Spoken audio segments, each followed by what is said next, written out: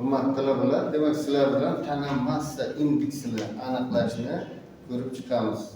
Amaliy ko'nikmani ketma-ket bajarishni ko'rib chiqamiz.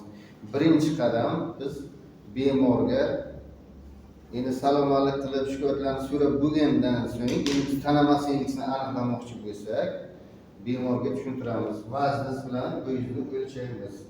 Bemor rozi bo'lgandan so'ng bemorni kiyimlari yechiladi, yengil kiyimlarda qoldiriladi, oyoq kiyimlari yechib, birinchi vazifamiz taroziga o'lchab olamiz kilogrammda. Vazningiz necha kilogramm? 60 kilo.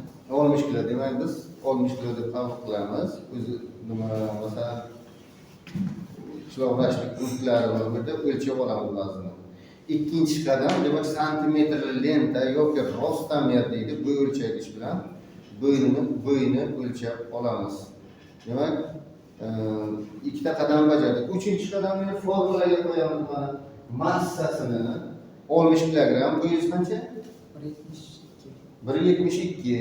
1.72 ni kvadratga ko'taramiz va chiqqan natijani 60 ga bo'lamiz. Endi mana bu amaliyotga o'tishdan oldin mana bu normativlarga e'tibor bersak, birinchisi 18,5 dan kam chiqsa tana massa indeksi, bu kam vazirlik hisoblanadi. 18,5 dan 25 gacha normal tana massa indeksi.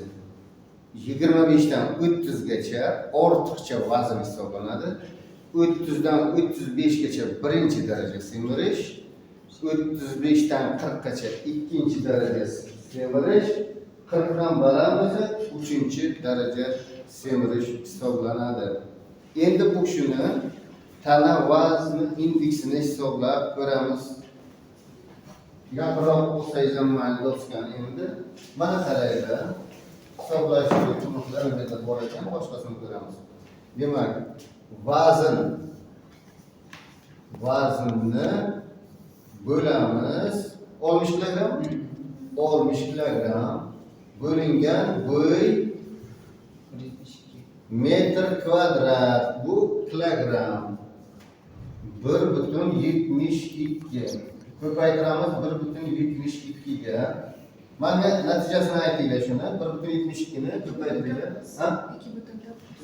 2.9. 95. Shunaymi? 60 ni endi bo'lasiz. 60 bo'lingan 2.95. 20.3 deylik mana. Demak 20. Endi boyagi ma'lumotlarga qaytamiz. Mana 25, 18 dan 25 gacha tana vazni me'yorida.